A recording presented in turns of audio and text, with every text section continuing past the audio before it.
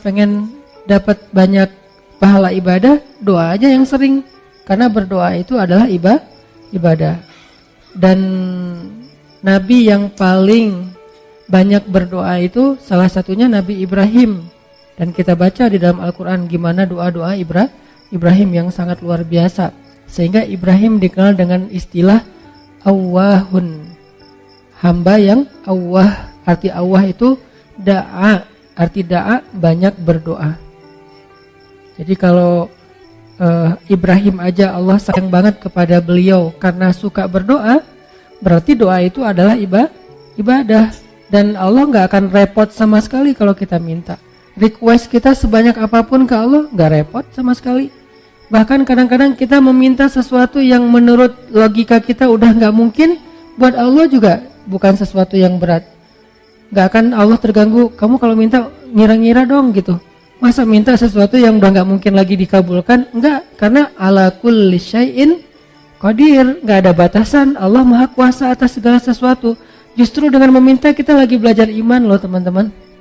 Meminta itu belajar iman. Kayak kita lagi mau jalan, naik kendaraan atau naik pesawat. Begitu dia mau take off, Bismillahirrahmanirrahim, ya Allah mudah-mudahan selamat kalau bahasa kita ya.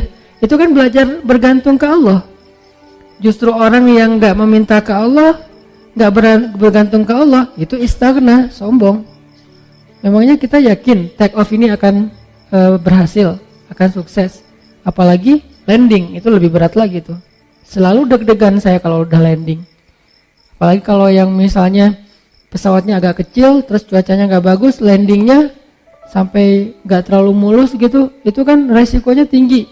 Sehingga pas lagi landing, doanya mungkin 3 kali lipat pas dari take off gitu. Kalau take off doanya subhanallah sakharana haza, kalau landing sampai yasinan, ayat kursi, ar-rahman. Kenapa? Karena bergantung kepada Allah.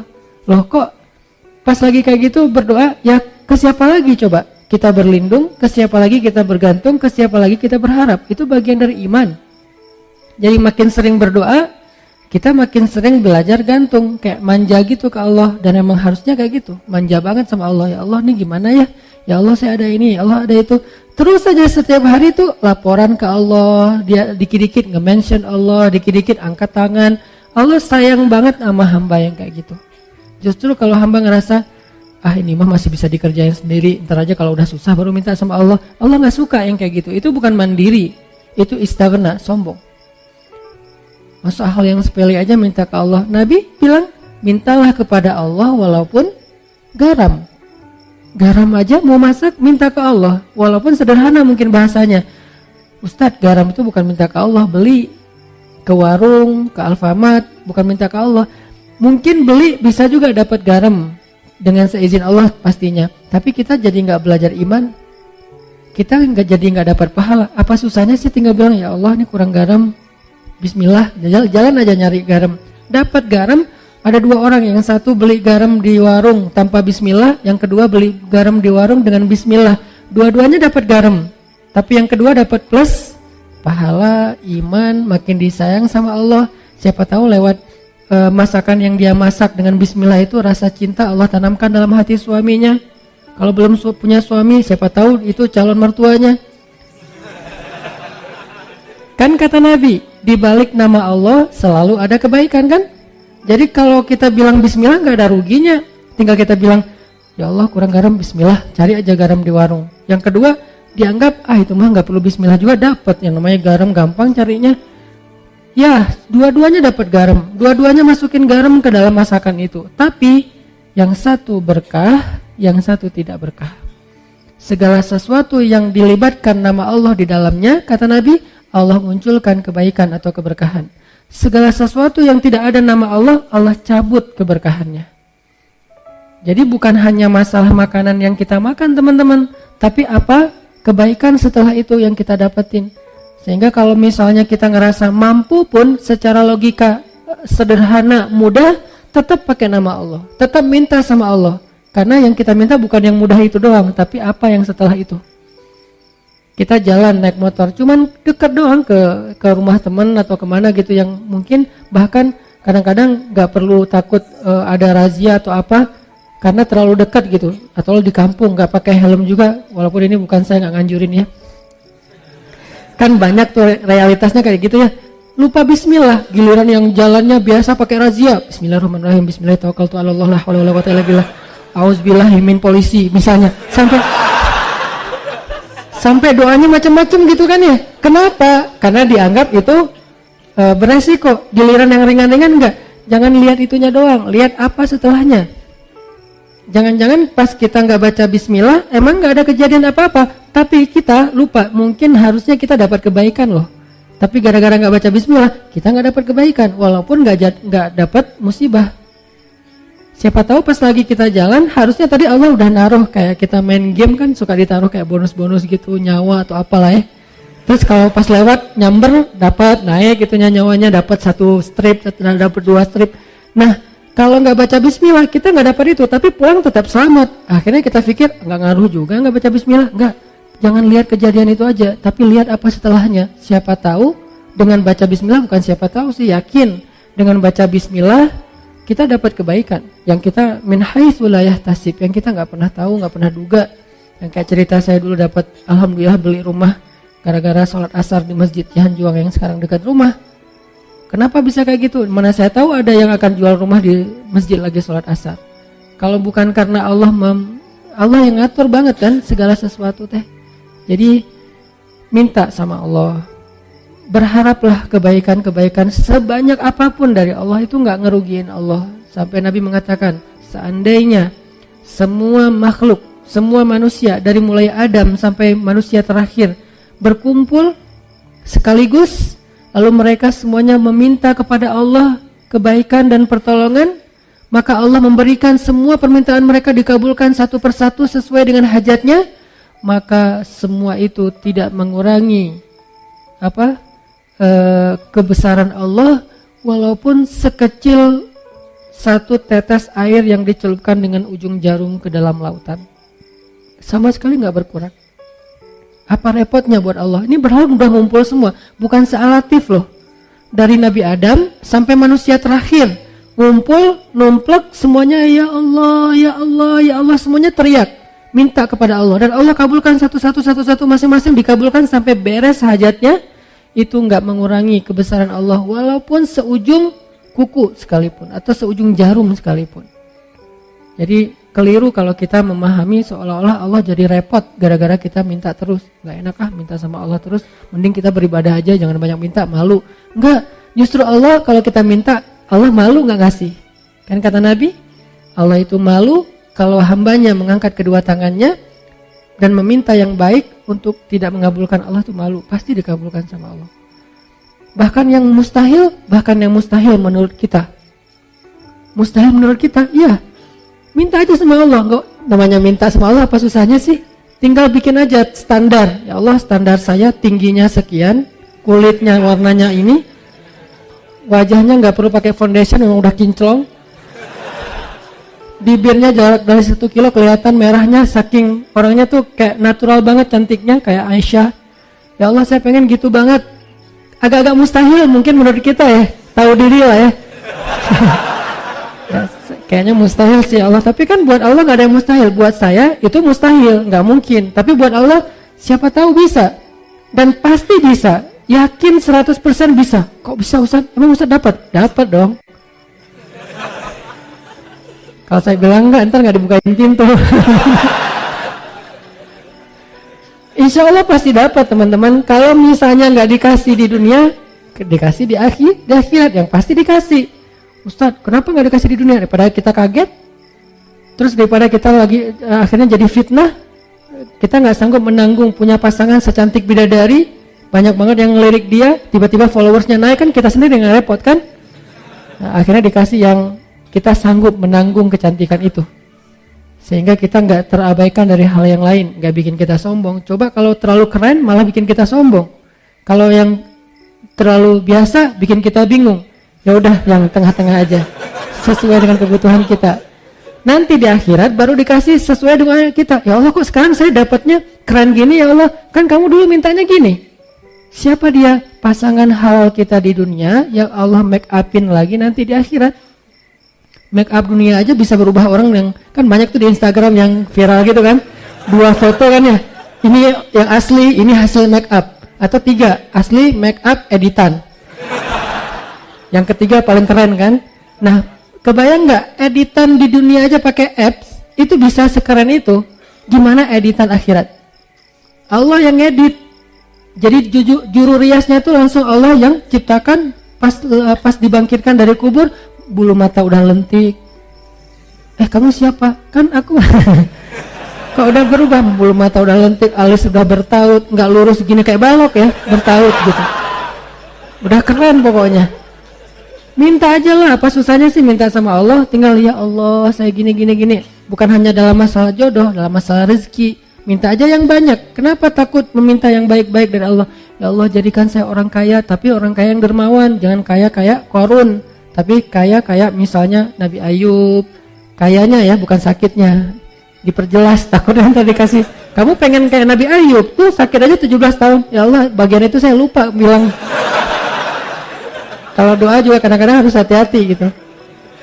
Ya Allah, saya pengen kaya seperti Ayub yang dermawan. Ibrahim tuh, gimana kayanya Ibrahim? Kita kan jarang tahu kalau Ibrahim itu orang kaya kan. Kaya banget loh. Ukuran kekayaan Ibrahim apa teman-teman? Setiap malam Ibrahim itu menyembelih 100 ekor onta untuk para tamu yang berziarah ke Masjidil Aqsa. 100 ekor onta. Satu onta itu 40 juta harga paling murahnya. Kali 100 berapa? 4 miliar ya. Setiap malam 4 miliar. Setiap malam. Bukan setahun sekali. Setiap malam ngeluarin duit 4 miliar untuk ngejamu para penziarah yang datang ke kota suci Al-Quds. Itu baru makanan. Dan beliau menyediakan tempat penginapan bintang 5 gratis untuk semua para turis yang datang ke Masjid Al-Aqsa. Jadi Masjid Al-Aqsa yang sekarang Al-Quds yang diklaim Israel sekarang itu, dulu tuh Ibrahim sendiri yang ngelolanya tuh. Ibrahim tuh bukan orang miskin, orang kaya, tapi diuji ninggalin istri dan anaknya di tengah padang batu dengan bekal yang seadanya. Kalau beliau nggak punya apa-apa, wajar dong. Hajar menganggap, oh Ibrahim nggak punya apa-apa, ninggalin kita di sini. Tapi Ibrahim tuh orang kaya raya, kok bisa ninggalin istrinya kayak gitu, nggak dikasih bekal yang cukup? Ujian buat Hajar dari Allah SWT. Sehingga akhirnya Hajar belajar iman kayak gitu-gitulah. Jadi minta aja. Kalau misalnya Allah nggak ngasih di dunia kekayaan sebanyak yang kita minta, dikasih kekayaan di akhirat. Dan kekayaan di akhirat juga kita butuh. Bahkan di akhirat kita lebih butuh lagi jadi orang kaya daripada dunia. Kenapa? Karena di akhirat kita menjadi orang yang perjalanan sendirinya itu cukup lama. Gak dibantu siapa-siapa itu cukup lama. Baru setelah periode ini lewat, baru nanti akan ada periode kita ketemu lagi dengan pasangan kita, ketemu lagi dengan keluarga kita, yang pasti gak akan ketemu lagi dengan mantan kita. Itu ada adegan kayak gitu nanti di akhirat. Masa di surga ketemu mantan kan baper ya. Kenapa sih kamu udah masuk surga masih sedih? Itu.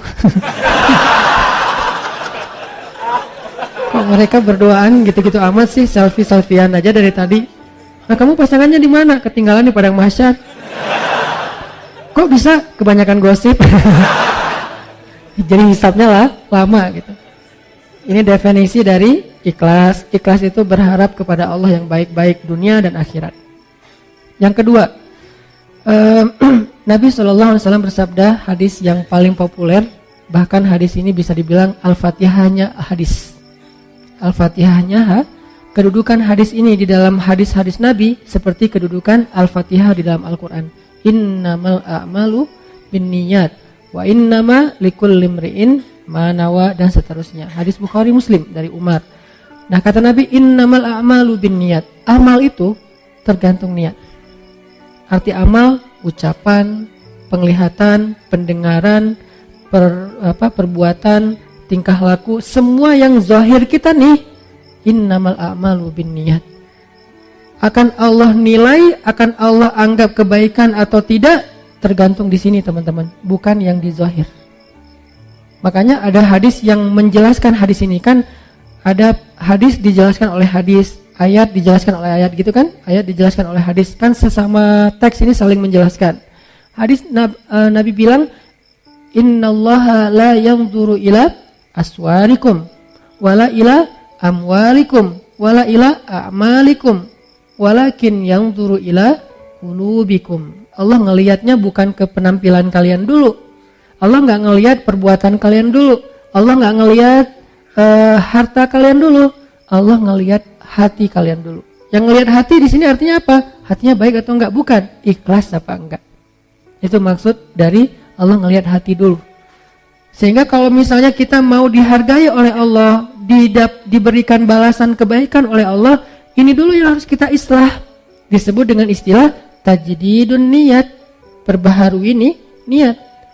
Kenapa perbaharui niat? Karena niat ikhlas itu dijaga, teman-teman. Enggak cuma di awal. Ada orang di awal ikhlas, tapi di tengah riya. Lawan dari ikhlas itu by the way riya. Ada di awal ikhlas, di tengah ikhlas, di akhir riya. Ada di awal ikhlas, di tengah ikhlas, di akhir ikhlas, setelah beberapa tahun riya.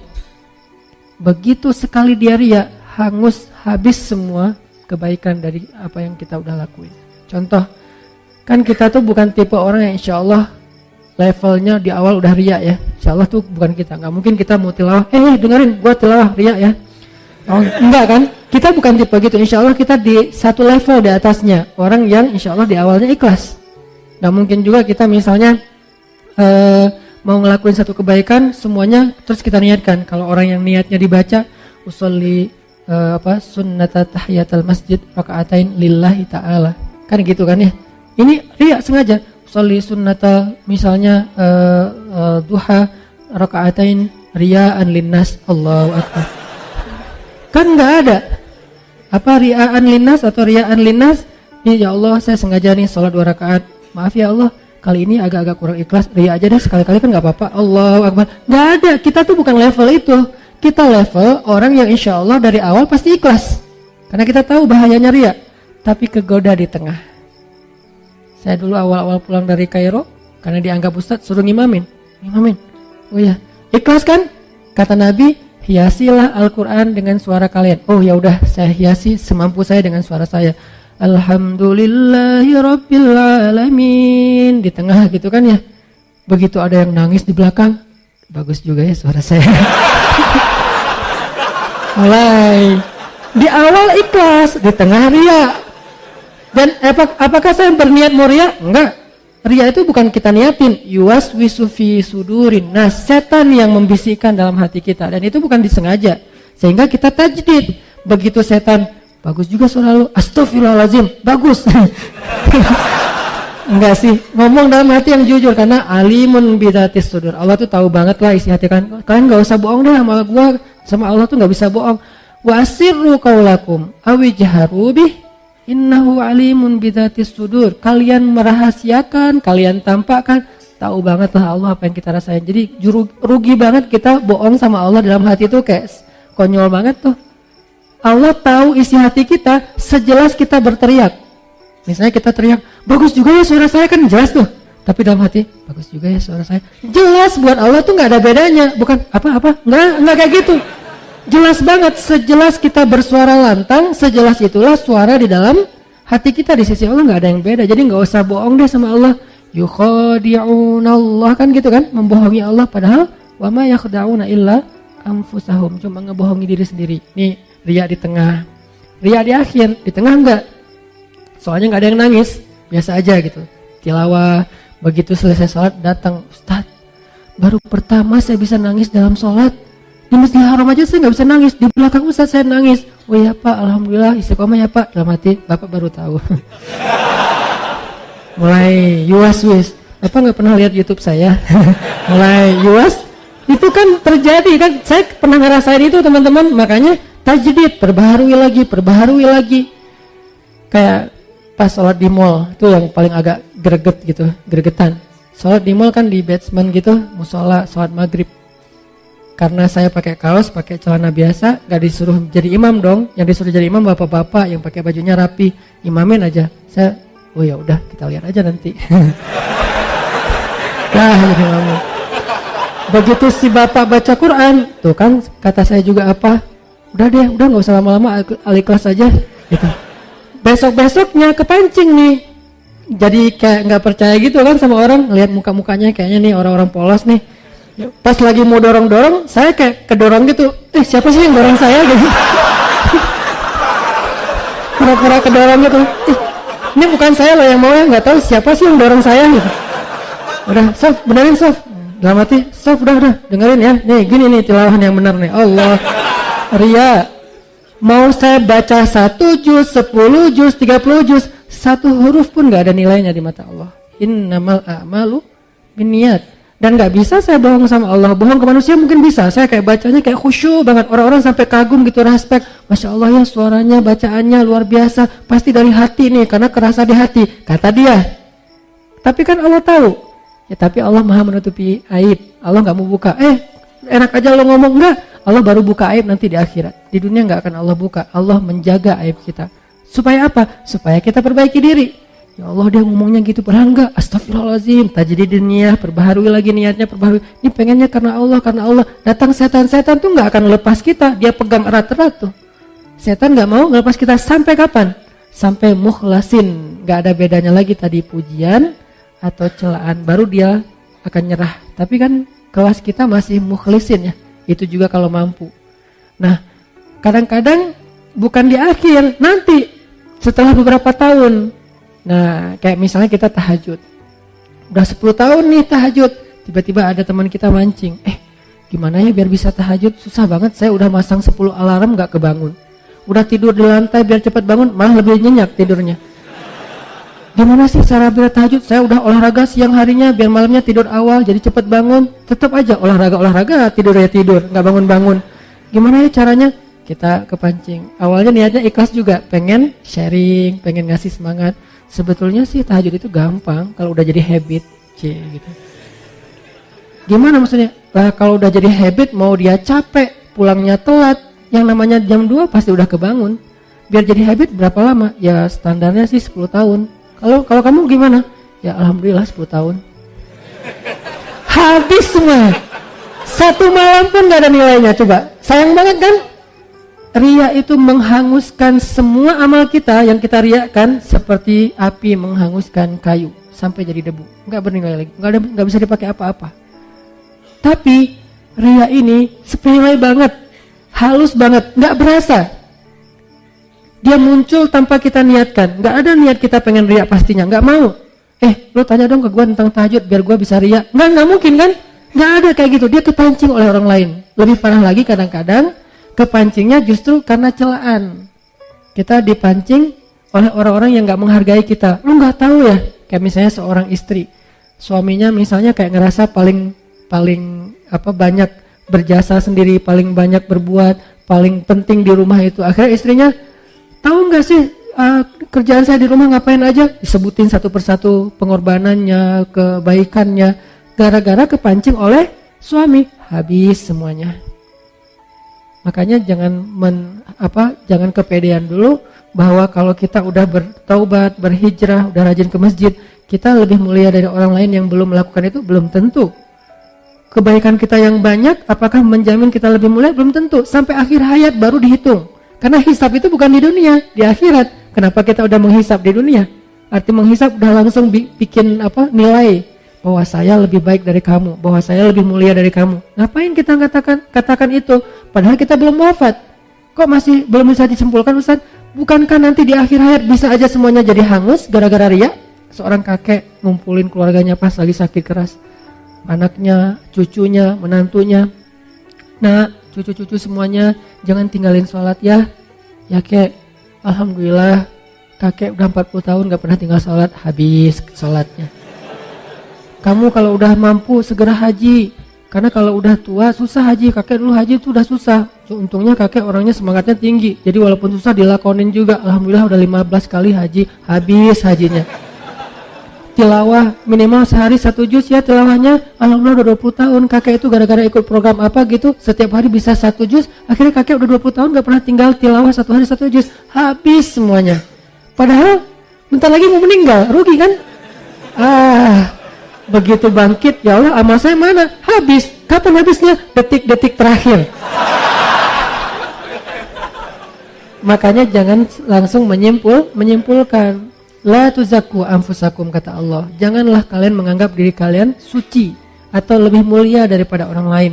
Tapi bersyukur atas kebaikan, hidayah, taubat, amal soleh ini Ya itu berarti kita menghargai Allah, bukan memuliakan diri sendiri.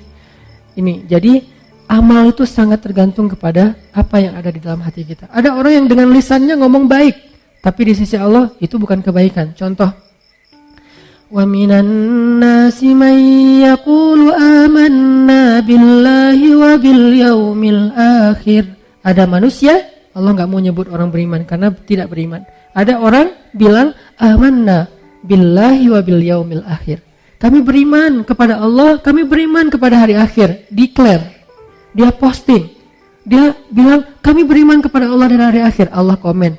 Kata Allah apa? Wa ma hum bimu'minin. Mereka tidak beriman. Padahal udah ngomong, kok masih ditolak sama Allah? Alasannya apa? Fi qulubihim marad. Di hati mereka ada penyakit. Apa penyakitnya? Khida. Ria. Mereka tidak mengatakan itu kecuali untuk mendapatkan simpatik dari manusia, bukan dari Allah. Berarti ucapan doang belum tentu. Kita astagfirullah, astagfirullah, astagfirullah, astagfirullah. Ucapan kan? Kalau nggak benar dari hati bahwa kita benar-benar menyesali dosa, maka Allah menilai sesuai dengan hati kita. Siapa tahu kita istighfar hanya pengen disebut sebagai ahli istighfar. Astagfirullah, astagfirullah, astagfirullah. Begitu ada orang dekat dengan kita, astagfirullahaladzim, astagfirullah, astagfirullah. Makin kencang istighfarnya. Perasaan tadi pelan-pelan biasa-biasa aja. Kenapa jadi lebay gitu? Karena ada orang kanan kiri. Gitu juga dengan sholat. Begitu sholat sendiri cepat-cepatan. Gitu sholat berjamaah baru juga takbir. Allah. Dari mana juga bacaan sholat ada nya gitu kan ya? Saking menghayati. Kenapa? Karena dia dilihat orang lain. Allah tahu banget lah yang gitu-gitu. Nggak usah acting deh di depan Allah. Begitu kita acting, Allah bilang fi qulubihim marad. Yang masalah itu bukan zahir kamu. Berdiri takbir kamu itu udah sifat sholat Nabi. Naruh ininya sifat sholat Nabi. Berdirinya sifat sholat Nabi. Bacaannya bacaan Nabi. Kenapa bacaan Nabi? Di hari ini Nabi baca surat ini. Sholat ini Nabi baca surat ini. Sampai sedetail itu. Rukunya itu benar-benar bisa naruh air dan gak tumpah. Saking sifat sholat ruku Nabi. Sujudnya bisa masuk anak kambing. Bangetlah zahirnya. Tapi kalau dalam hatinya dia berpikir, nih kalian lihat nih, ini baru sifat sholat Nabi. Kalian belajar sama saya, habis semuanya tuh. Kenapa? Fi qulubihim marad. Hatinya ada riya. Jadi Allah innamal a'malu binniyat, maksudnya yang Allah nilai pertama ini dulu. Kalau ininya benar, zahirnya ada kurang-kurang dikit, Allah sempurnakan. Kalau zahirnya sempurna, di sini kurang, Allah hilangkan. Allah anggap nggak ada apa-apa, nggak ada kebaikan apapun, nggak ada nilai. Jadi tergantung di sini ternyata. Kan ada kisah orang yang pengen sedekah, diam-diam kan, 3 kali salah. Dia bilang, ya Allah, nanti kalau udah malamnya larut, orang semuanya pada tidur, saya baru mau sedekah. Ini berarti dia sedekahnya kan diam-diam ya, nggak ada yang lihat ya, ikhlas gitu. Karena ada dulu cicitnya Nabi Ali bin Husain Zainal Abidin. Beliau itu kalau mau ngasih sedekah ke orang miskin, tunggu sampai semua orang dalam kampung itu tidur.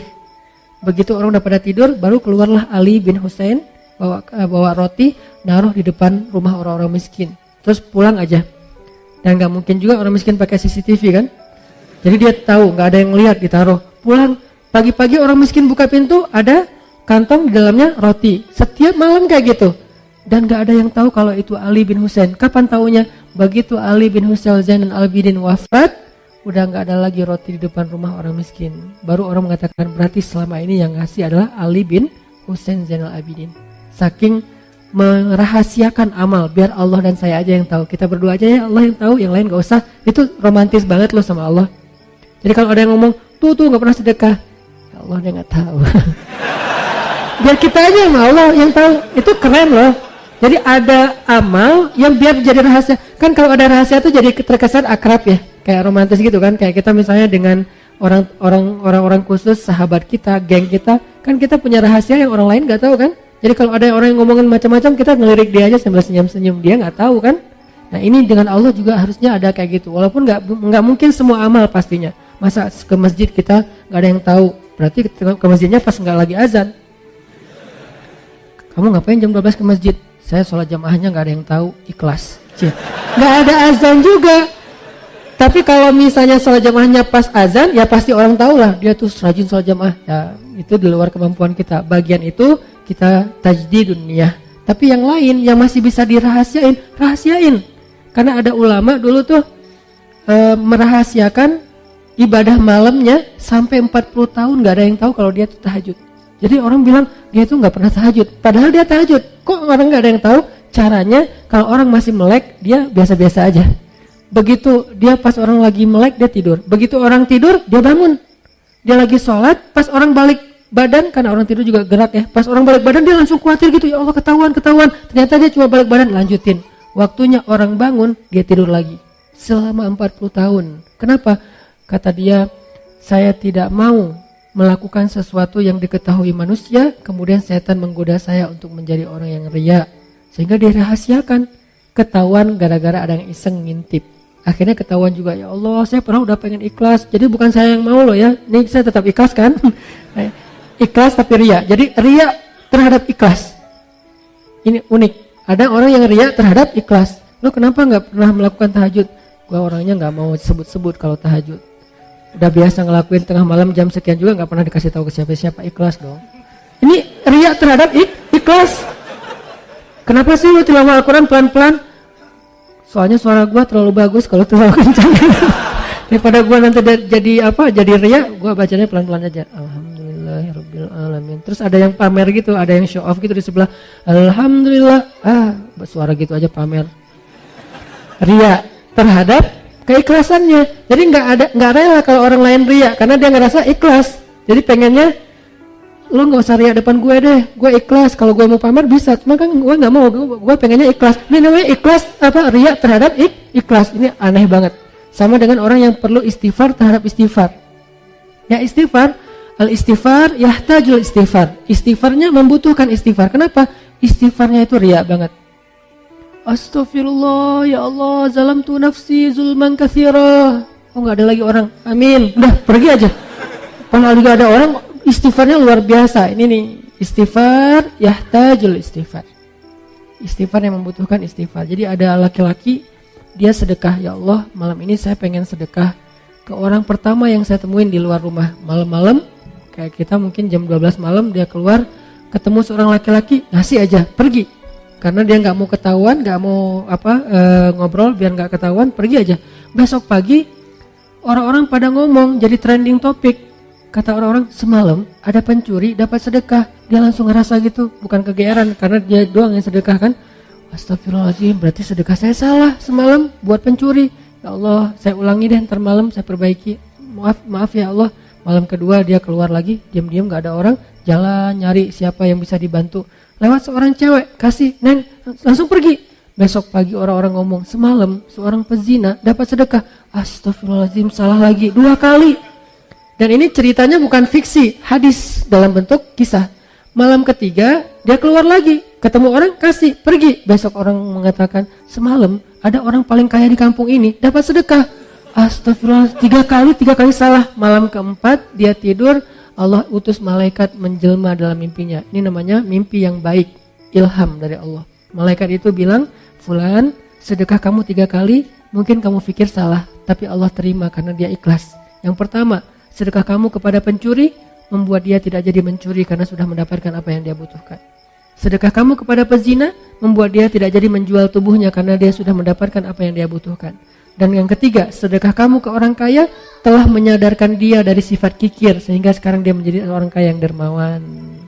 Lihat, amal zahirnya nggak sempurna, tapi batinnya sempurna. Akhirnya Allah perbaiki. Ada orang amal zahirnya sempurna, batinnya rusak, Allah rusak. Siapa? Hadis tentang 3 orang yang pertama masuk neraka. Dihisab sama malaikat, ya Allah ini keren banget nih amalnya. Apa? Dia adalah seorang penghafal Quran 30 juz dengan riwayat mutawatir 10 qiraat. Keren banget nih ya Allah. Mau masuk surga mana? Kata Allah, tempatnya di neraka, kata Allah. Malaikat aja sampai heran karena malaikat kan gak tahu isi hati ya. Mereka cuma mencatat yang zahir doang. Allah yang tahu isi hati. Malaikat nanya, ya Allah salah dia apa? Kan dia ahli Al-Quran, rajin membaca, rajin menghafal, pembawa Al-Quran kemana-mana. Kata Allah, karena dia tidak menghafal Al-Quran untuk aku, dia menghafal Al-Quran untuk dikenal sebagai qori, hafiz. Sempurnakan amalnya, tapi rusak isi hatinya, sehingga rusak semua pahalanya. Yang kedua, orang yang dermawan. Ya Allah, ini rajin banget sedekah, setiap hari sedekah. Kata Allah, tempatnya di neraka. Kata malaikat, kenapa ya Allah? Dia tidak bersedekah untuk aku, dia bersedekah untuk disebut Jawad, orang yang dermawan. Habis lagi, padahal sedekahnya udah sempurna. Yang paling parah tuh yang ketiga, di lehernya masih ada bekas luka karena terbunuh dalam peperangan.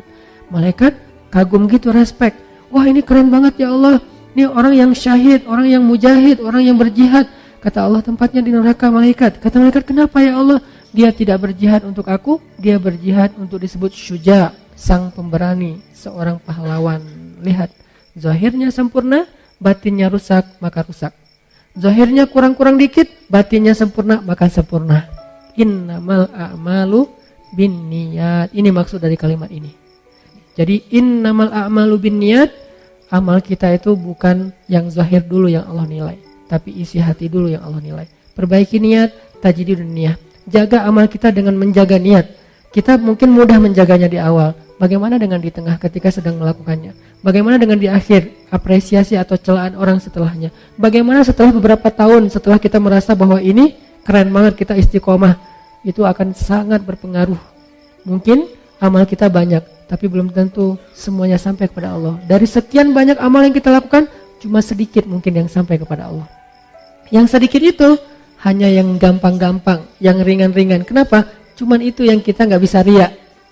Mau riain apa? Bacanya Al-Ikhlas. Tapi giliran bacanya surat-surat yang susah, ria kan?